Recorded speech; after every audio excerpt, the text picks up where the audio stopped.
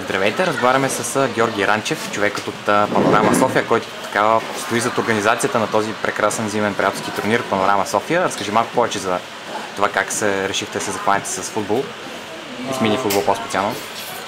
Значи групата Линнер, към която принадлежи проекта Панорама София, винаги се отнася позитивно към спортните инициативи в България.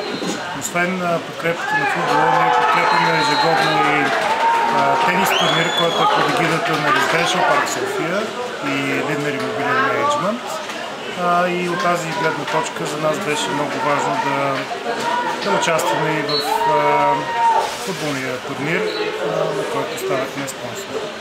Как виждаш турнира до този момент? Днес играе финала между така големи отбори като Виламарк и Хъшове. Вие сте дори спонсор така на отбора на Хъшове. С голям интерес следя развитието на лигата и изключително се радвам, че турнирът предизвика такъв голям интерес между отборите. Наистина много оспорвана битка и надявам се по-добрия да спечели. Планирате ли още такива инициативи? Със сигурност и през следващата година ще подкрепим развитието на футболната лига. Как се работи с Българска асоциация по мини-футбол? Чудесно, имаме много открити партньорски взаимоотношения. За нас е изключително важно откритостта в тези отношения и виждам, че определено нашите очаквания се сбъдват.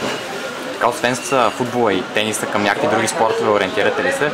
Към момента не, но не би било изненада да участваме и в други спортове. В комплекса Residential Park София има футболен басейн и игрище по мини футбол, както и баскетболни игрище, т.е. не би било изненада ако участваме и в баскетболен турнир.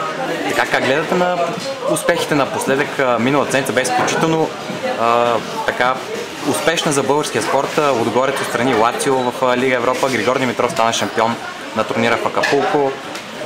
Това добре ли е за имиджа на България по принцип? Разбира се, спортните успехи винаги трябва да ни радват.